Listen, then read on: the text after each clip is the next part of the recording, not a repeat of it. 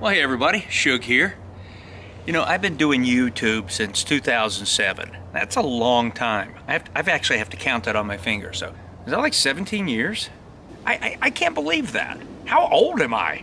This video is just going to be me giving my thoughts on being a guy that's been in YouTube a long time. I've done well on YouTube for a guy that doesn't even try. I've never asked you to subscribe to me or click the notification bell or even give me a thumbs up. Never asked that. I never got into that game. Yet, a few years back, I got my 100,000 subscriber plaque from YouTube, and you know, I've made a little mad money through the years on it. YouTube has totally enhanced my life. But I keep seeing these videos on YouTube about people making videos about other people quitting YouTube that have been on for a long time, the whats, the whys, the why nots. So I thought what I would do today is just kind of talk about my experience as a guy that's been on YouTube for a long time. Kind of a YouTube star. Actually, I'm kind of more of a YouTube nebulous, which a nebulous is actually smaller than a star. You just go ask Neil deGrasse Tyson. He'll tell you. Well, settle back, everybody. This is going to be long and it's going to take a while. But I started because, you know, I was on hammock forums. I was in my whole hammock quest. And hammocks, and I've said this before on videos, but that hammocks came pretty intuitively to me. I didn't find them that difficult to figure out. I enjoyed it. I relished it. I dove in. I got into it big time. I went all the way in. Feet first and head first, and middle too. So on hammock forums, I just kept seeing people struggling, some of them, with their hammocks. And I was going, I wish I could just go help them. And I figured the best way for me to kind of help somebody would maybe make a video. I'm a show-off and a ham, and I like teaching. And through doing the videos and me going out and taking my hammock and trying to explain tarps, hammocks, suspension, insulation, all of that stuff to someone else made me delve in and learn a little more about it. So that was a good thing. Currently watching some people's videos about their experience with YouTube, there's a lot of people, and I was surprised by this, that they have a team. They don't do it all alone. You know, they have editors, they have people that get their sponsors. I mean, they make a big business out of it. I have never done that. It's always just been me doing everything, kind of underachieving. I just saw it as YouTube. It's fun. I had no idea when I started that there was an opportunity to make a little money at it. And YouTube came to me, or should I say Google, and said, how would you like to sign up for Google Ads? So, you know, I went through the hoops to do that, and finally I was complete with that, and a little bit of money started showing up in my bank account. And at first it was very little, and over time that money grew a little bit. And then it grew kind of a lot. But you got to remember, my muse has always been the hammock, and it's been backpacking, mainly camping, I would say 93%. I always did a little off-road unicycle, a little bit of music, a little bit of clowning, some of my promo videos from when I was still performing, a little bit of that. It was always kind of my life, but mainly hammocks. And if you do that, you know, if you're really into backpacking and not pushing it that much like I didn't, you're only going to get so big. And I think the biggest check I ever got from Google was like $975 or something. I don't think I ever broke 1,000. So it wasn't like I was making millions. And these days, I make even less because I've kind of had my time. You know, I've backed off a little bit. You sort of peak in YouTube. I had my time when I was really pushing, putting out a lot of videos. I was enjoying it a lot more. In time, things become a little less fun and almost like a job. And sometimes that's how I feel now, but I'm trying to turn that around a little bit and, you know, kind of rediscover a love for it. But I'm getting a little bit old and ancient, and I don't know how long an old man can keep doing it. You know, and what happens when you start getting this money in the bank and the money starts going up because you're putting out a lot of videos is you tend to start pushing your videos. And I went through this myself for probably a year, making things up, maybe putting too many videos out. You know, I mean, I think there's a sweet spot of people looking forward to seeing you or going, guy's got 15 videos out this week. I can't keep up, kind of sick of it. I love chocolate cake, but I can't eat it every day. And so I found myself kind of pushing videos, going on trips that I didn't even want to go on so I could create content. And that wore thin after a while. And pushed my money up a little bit. That's probably when I almost broke the $1,000, but I was going, ah, man, for me it was never really about the money. It was never my full-time job. I was still performing. I had a job. I made money. What this was mad money. So I decided just to go back and start doing content when I felt like doing it, when I felt like I had something to say. Like right now. Maybe this is something to say, to tell you my YouTube thoughts and story. You know, one of the other things is, other than being on hammock forums, I'm not on Instagram, I'm not on Twitter, which I guess is now X, I'm not on Facebook and never have been. I'm not on TikTok. I don't do a lot of social platforms. I feel like YouTube, just checking comments, looking at my stuff, making sure I don't get weird spam in there and deleting it, and answering. I've always tried to answer all my comments. You know, I may have slipped up here or there, but if somebody asks me a question, I'm going to answer it. And I feel like that takes enough of my time, plus what I end up looking at on the computer while I'm checking my YouTube stuff in the morning, you know, reading the news, checking emails, all of that kind of palaver. YouTube has changed a lot since I started in 2007. And I've been thinking about this, like if I was starting again today, I'm not sure I would, because it's a whole different thing with algorithms, and somewhere along the line they must be asking people to say, one of the things you have to ask is for people to subscribe to you and to give you a thumbs up and to hit that notification bell so they won't miss any of your videos, because quite frankly, the more money we make, or any content creator makes, the more money YouTube makes or Google makes. And that was just not a pressured thing back in 2007, 2010. You just did videos and there weren't a lot of rules to it. So I've seen it kind of change a lot. As a matter of fact, when I watch YouTube videos at night, and I rarely, if ever, watch backpacking videos, because I do backpacking videos. I tend to watch, currently, I watch a lot of bass videos, bass reviews, bass how-tos, bass tutorials, bass amp videos. I went through a whole thing of watching drywall videos with this guy named Vancouver Carpenter, and I still like to watch his videos from time to time because he kind of calms me. But he's given me a lot of construction ideas, and I've gotten some things from him. So anyway, getting recipes, you know, YouTube is a great resource for learning stuff. You know, Meg laughs at me when she goes to bed. She said, "You doing your little junior college classes now?" And I go, yeah, hurry up, go to bed. I got some bass videos to watch. I don't want to watch them around you, so you're hearing doom, doom, doom, boom, boom, boom, boom. But the thing that I have noticed, and it kind of drives me crazy at times, so I'm watching a video, and of course there's usually an ad before or two, and some are like what I try to do, make it a 5-second ad. It's a choice. When you upload a video, you can kind of control your ads. Now, I know a lot of creators don't do that. They might not even know that's an option. Other ones, the more ads that play, the more money you get. But I try to limit them, because I'm watching some videos and I'm 35 seconds in, and here comes an ad. And that ad might be, you know, one of these ones lately. It's all about getting dental implants. I'm so sick of them. Gosh, it's the same ad running over and over. And then there'll be a short one after that. Then you're watching the video, and there might be 6, 7, 8 ads within the video, plus the one before and one after. Now, I try to control that. I go in on my videos, maybe 1, maybe 2, possibly 3.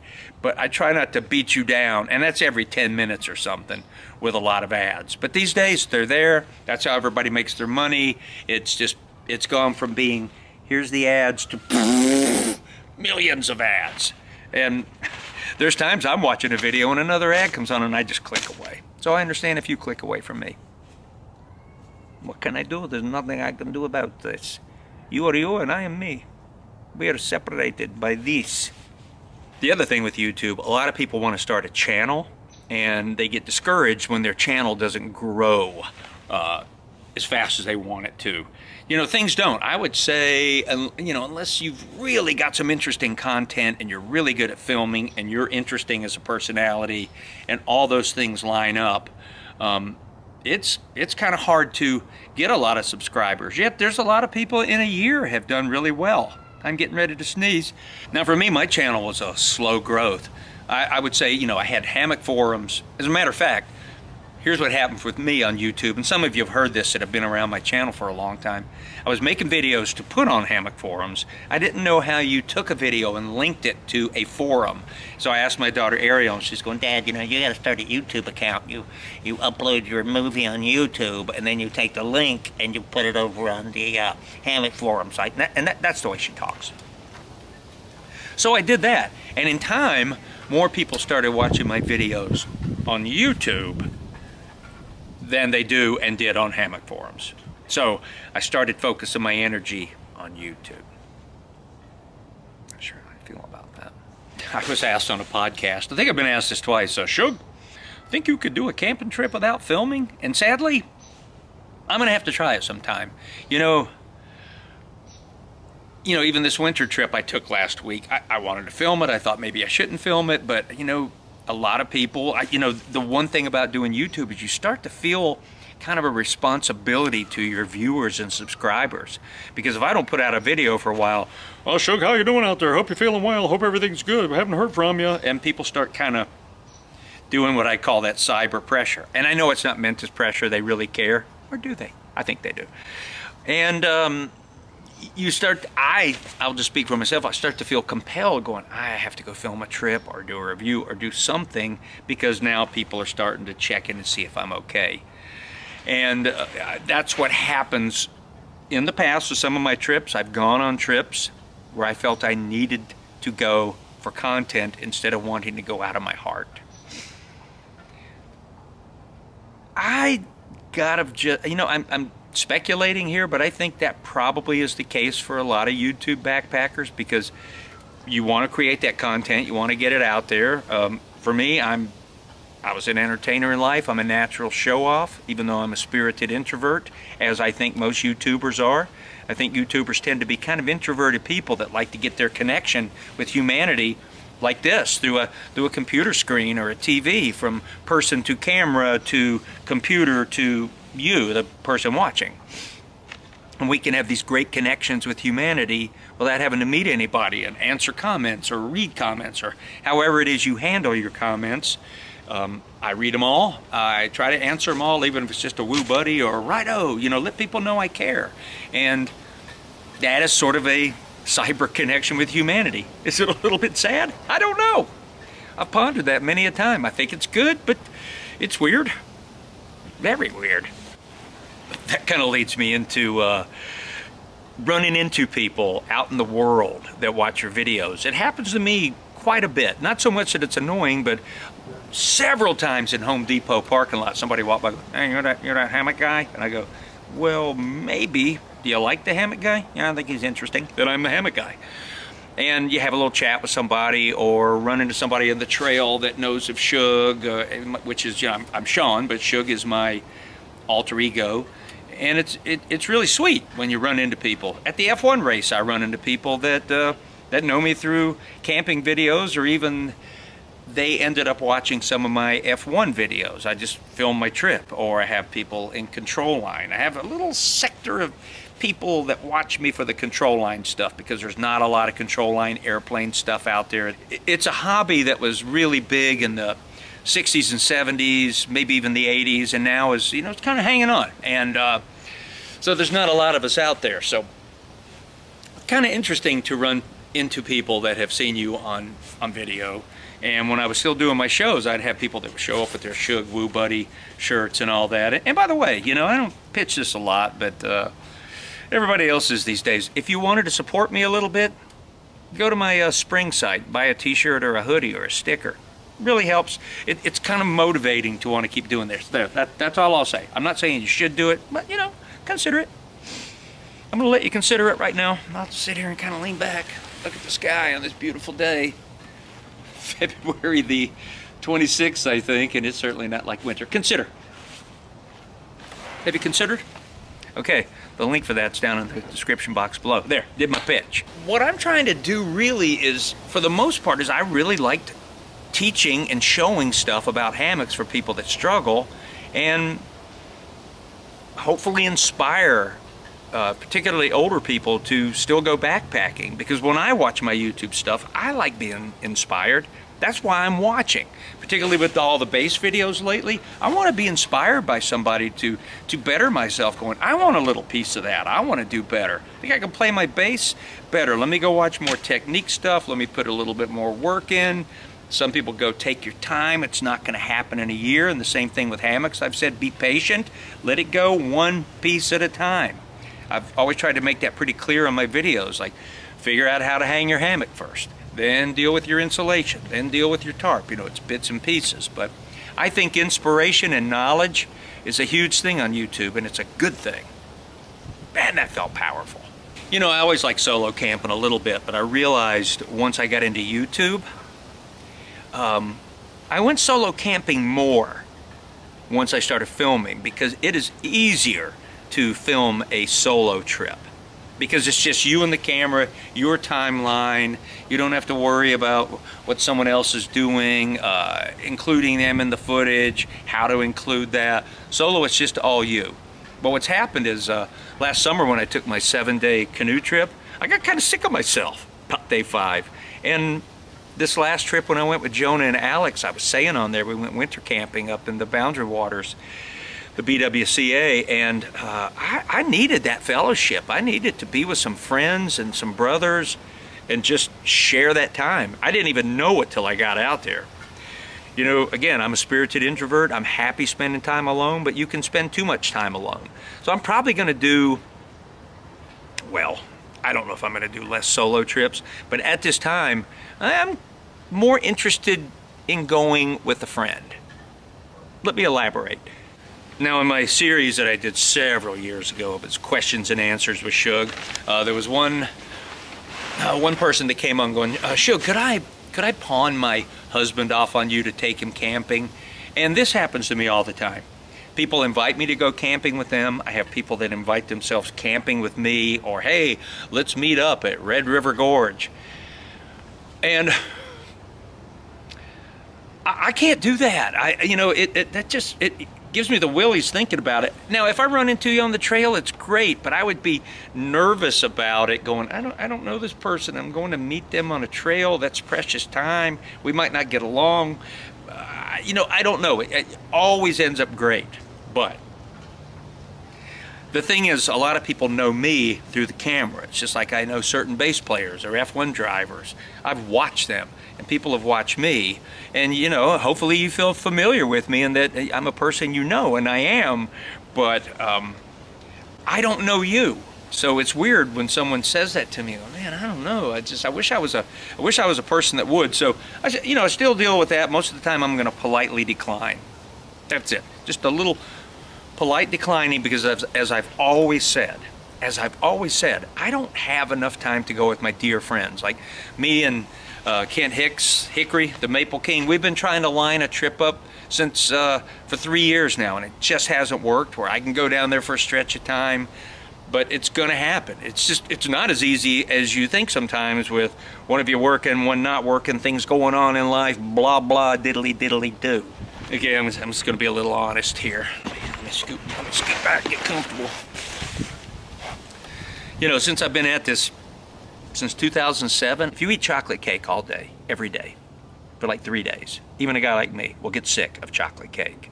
And I have camped so much. You know, I've always assumed that the average person that works and, you know, gets a little vacation time, maybe camps, goes backpacking once, twice, maybe 3 times a year, where I go way more than that. I've gone a lot more than people I know. I go so much that even family members go, yeah, have you done a trip lately? You got another trip planned? That's one of the first things people ask me. Got any trips planned? So I've done it enough that people think I go on trips all the time. And I love the woods, but I've never walked the AT because I don't think I love the woods that much to be out there for like 5 months. And I enjoy the woods, but it's just like I enjoy having a steak now and then, or you know, beef stroganoff. Like, I enjoy it. I feel like I've gone so much sometimes that I kind of lost my little groove for it in this last couple of years, and been going, I need to find this love of camping again and just go when I want. Do you understand what I'm saying? I mean, you know, I'll dive into things like the base right now and go full in. I love it. There's no cleanup. I don't have to leave the house to do it. Camping requires packing, getting your food ready, getting there, and yes, I go locally most of the time. I'm out of town. Then when I get home, I got to get caught up. I have to clean up. I mean, there's a lot to it. I got to take the content in that camera right there that I'm talking to. I have to upload that into my computer. I have to transfer that into my computer, whatever you call it. Then I got to look at all that footage. I got to call that footage. I have to look at myself on the footage. I have to go, I look horrible there. Cut myself out a lot, or me having breakfast in the hammock just going, and I'm going, I don't know what I was taught. I was trying to lead to something. That's got to go. Edit the video, upload the video, deal with the video, answer the comments. So yeah, familiarity breeds contempt. And I've been doing it long enough that familiarity has breeded a little contempt. And within that statement, I am looking and kind of feeling some new inspiration. Maybe I'll buy a new camera. I may film less, but I'm going to film better. That's a promise I make to you and to myself. You know what happens a lot is I'll get up to a trailhead and get the pack on, remind myself, don't come out of the box, too hot there, kid. And I'll start walking and forcing myself to say things on day one right on the trail. Most of that stuff gets cut out rather than going, hey, it's Shug here. And I'm walking along just forcing this conversation. And I've had like the whole first day has been a wash before. I've used none of it. My favorite time to talk on camera is when I wake up and I do breakfast from the hammock.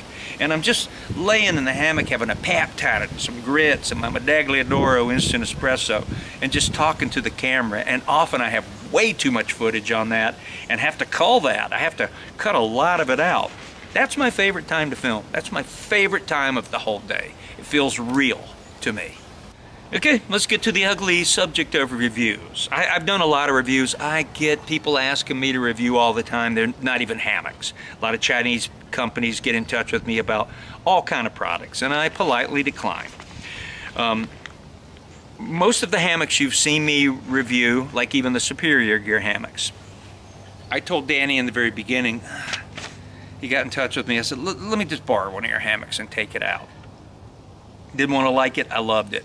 So I did get a free hammock out of the deal. Most of the things I've reviewed I've gotten to keep. I've never been paid cash. I've never accepted cash for a review. People have offered it to me. I go, no, I don't want money. I will keep the product. And if I don't like the product or don't use the product, I'll pass it off to a friend or a bunch of Boy Scouts or something. It'll get used. But so, you know, a lot of people look at I get paid by getting to keep the product because I have a lot of hammocks. Hey, you start a YouTube channel, what happened to you? I mean, I'm doing them a service of putting their product out there. I'm doing advertisement for them, so I feel okay about getting to keep that, but never have I gotten a check or any money for it. Never! Maybe I'll reconsider that. Nothing wrong with money. You know, another funny little thing that happens is if I go to a hammock hang, when I'm approaching the group, you know, I can smell the fires and know I'm getting close. I have to come in and kind of be Shug, not Sean. You know, I don't want to be full out. I never try to take my camera and just film everybody without asking. I'm kind of demure about it. I like first to go in and make introductions, and I don't want to be a guy that, because I've met a few that what they are on camera, they were not even close to in real life. I'm pretty much me, but a heightened version of me right now on camera. So when I get to a hang for that first day and a half, I have to kind of be Shug the YouTube Nebulous. Because I don't want to be just this dog guy. Yeah, I'm Shug. I'd rather you call me Sean. I'm sad right now. I don't like being around people. You know, I would feel like I let people down if I'm not what I am on camera. Because there's a truthfulness to this. If you're going to be successful on camera, in YouTube, my one tip to you is be you. Just be truthful. I am what you see. I mean, I'm an ex-Ringling Brothers circus clown, so if I seem weird to some of you people, yeah, I am. Self-admittedly. So when you go to a hang, you know, for the first day, I'm kind of Shug, and I try to just sort of taper it off, wean out of it. Just let people go, I'm just a guy that likes to camp. I will monopolize the conversation if it gets dull, but so that's kind of an interesting byproduct of being a YouTuber. My whole life I was a showman. I was a circus clown with Ringling Brothers. I went on and had a career for 40 years as easiest thing to say was a comedy juggler, entertainer. Never a superstar, but a working stiff out there. Just, you know, I always worked. I always made money. I went, and I love what I did. And I still do. I still have the skills. I've just retired. I may parlay them a different way. I may not, but that's a different video. So, you know, doing YouTube videos, it kind of taps into that showman, show-off part of me. I get to get cyber applause. You know, when people do the little emoticons of the clapping hands and all that. Yeah, that's as good as bravo. You know, and I do feel an obligation. And I think this may be why some people quit YouTube. Because when you get into this and build an audience, you do have an obligation to them. You know, there's a bass guy out. There was a guy I watch doing bass videos a lot. His name is Low End Lobster. I love this guy. He wasn't one of the first guys I watch. He really does a lot of bass reviews, very complete. He's super honest. I love his personality. It's funny. He wears this lobster claw in the beginning. And he hasn't put a video out for like 5 or 6 months, and I pop over to his site, and I don't want to go, hey, how are you out there? You doing okay? I really miss you. But I go to his last video and look, and a lot of people are doing that. So, and I'm sure he'll come back because he's answered a couple of them. He might just be taking a break. It's a lot to know that people are looking forward to seeing you or counting on you to get a video out. Or, I mean, I love it. It's the biggest compliment in life that someone says, I'll watch anything you do. When are you going to do a barbecue video? Or whatever. This obligation to the viewers and subscribers. I feel it.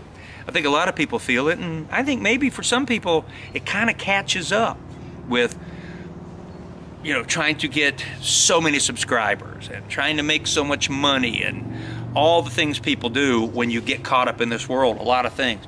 Income. Must make more videos, making too many videos, I'm running thin, I don't have any ideas, I'm putting out 15 videos a week, people are sick of me, I have all these people that want me to do more. That's one thing you find out in YouTube. You can never do enough for people. You think you put out the perfect video, but you miss that, you miss this. You know what you ought to do? Here's what I'd do. If I was you, I would do this. I'm going, well, story of life. It's a study in human nature. It is like a discovery in sort of in a social scene. It's like a social experiment to be a YouTube creator. And I'm not doing shorts. I think I did one short with a control line video just to see what it was, but I'm not messing. I do like watching shorts, though. I like the fails.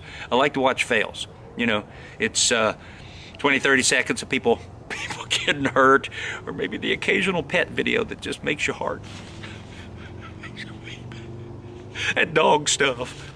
Yeah, I don't know how some people feel about it, but, you know, I'm 65 now, so there's just times when you're editing, you know, and you see yourself and you go, wow, that's a disappointment. I really felt I looked better than that, but I don't. It's like that thing they say, when you look at yourself in the mirror, you're seeing an image of yourself that you think, hey man, that's how I look. But sometimes you see yourself in a photo or something going, is that me? Do I look that old?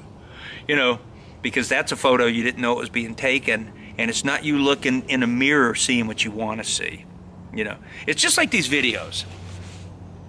People go, you must be a nice guy. No, I'm a good guy, but, you know, I've got a side you wouldn't like. I've got my ex-drinking side. Some people like that, some people didn't. I made a lot of people cry. That's it.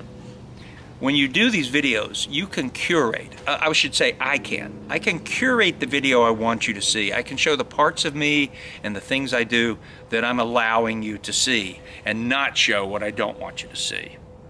Or that shot where I'm just look downright ugly. Just look dirty and ugly. I don't want you to see that. I mean, if it disappoints me, I can't imagine what it'd do to you. So that's the thing. You have to look and listen to a lot of yourself on there. Not easy. Not easy. Not pleasurable. Once in a blue moon, I go, you know, that was pretty fun. I looked pretty good there. That was funny. Most of the time, it's like, I shouldn't put any of this out. So, yeah. Sitting out here in the lightweight Emok hammock, which is You know, it's got that recline capability. I'm in chair mode, and it's a perfect day because, I mean, so let me wrap this up by saying, yeah, you know, I am not done with YouTube yet. There are days, and particularly last couple of years, I'm going, I should be done. Who wants to watch an old man do camping videos? But then again, I watch a lot of YouTube, and the things I watch amaze me sometimes. So one of my, actually my New Year resolution was to accept my age and accept my limitations and quit being so judgmental on myself and just let things go a little bit more. So I'm going to stick with YouTube for a while. I've been at it a long time. I'm finding, even by doing this video, I'm finding a little something that's kind of fun. I might do a barbecue next week. You know, in time my channel may not even be a camping channel anymore. It may roll over to all base videos or something. I don't know, I'm just saying that. And if I ever did that, I would do a video announcing that, and I would say, if you want to come on with me, come on, and I understand if you want to unsubscribe and not watch me anymore. That's fine, because the older I get, the more it's not about the Google money. It's really just about having some fun and putting something out that you might want to watch to kill some time. And the YouTube experience has been fun. It's enhanced my life. It's, you know, I mean, as a matter of fact, my daughter Ariel was doing a show up in Montreal some years back, and she told me this. She come home going, you know, Dad, you are a YouTube star. I did a show and just finished. I had a great show, and this handsome young man was walking over to me. I thought he was going to tell me a great show, and he said, hello, are you Shugs Papa? Because I watch your father's videos, and he helped me with camping. Everything I have for a hammock is because of him. So she was shocked. And so you get this kind of like weird Class C fame out of doing it in the backpacking world. And yes, I could push harder and probably be bigger, but as I said before, and what I realized, I've kind of had my day. I've hit my peak. I'm on the back side of it now, like most of the things in my life. Other than playing the bass, that's all new to me. But YouTube, I've sort of had my moment, and now I'm just hanging on like an old actor. You know, I'm staying in the game. I'm staying in the game. I don't expect to be what I was, but I'll still be here for you. I'm gonna keep coming back. You're not gonna get rid of me that easily. Yeah, you'll be around watching me when I'm just doing videos that are like this.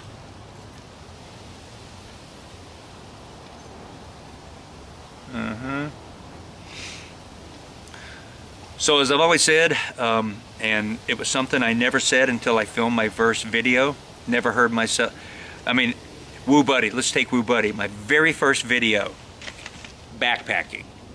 I said Woo Buddy. I'd never said Woo Buddy in my life. I don't say Woo Buddy all the time. I save Woo Buddy for backpacking and the camera. So, Woo Buddy. Still have to take it easy because my vocal cords still healing.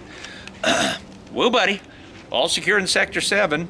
And before I really sign off for real, again, all of you that have watched me and been with me a long time, and new folks that are watching me and enjoying it, and you know, there's nothing more fun than discovering a new channel and go, they have a lot of videos, I can dig in, and you know, 3 weeks, a month, 6 weeks, you're sick of them. But thanks for sticking with me, thanks for watching this stuff. Been a great adventure, and I hope it continues to be a fun adventure for you and for me. Be good out there in the world. Raise people up, raise yourself up, raise this world up. Bring it up. Let's look forward in this world and make it better and make it pleasurable. I mean, let's have some fun today. Don't you want to have some fun today? I do. As soon as I turn off this camera, I'm gonna lay back in this hammock a minute and just kind of stare up at the birds flying by. Maybe one of them will poop in my eye. I don't know why. It might make me cry. All secure in Sector 7. Till I see you next time. You may have noticed I'm wearing this 1970s inspired vest. We were in Boston visiting Ariel. She was doing a show, still is out on the road. It's called Dual Reality, and it's the Seven Fingers company out of Canada. And they were playing the Emerson Cutler Theater in Boston, and it was beautiful. But I went walking around, and I was in the old cemetery looking at John Hancock's grave, who my family's supposed to be related to, and Paul Revere is buried there, and Sam Adams. And I saw a man wearing a 1970s style vest, and I went, man, I gotta get me a 1970s style vest. And I found this one, kind of rainbow colored. I like it. It makes me feel good. The 1970s is an era that I think back to a lot more and more as I get older. So I want bigger lampshades. I want ashtrays in the room. Even though we're not smoking and we don't use them, I just still want to see an ashtray. I like cars from the 70s. And I like this down vest from the 70s. Yeah, man. Looks pretty cool.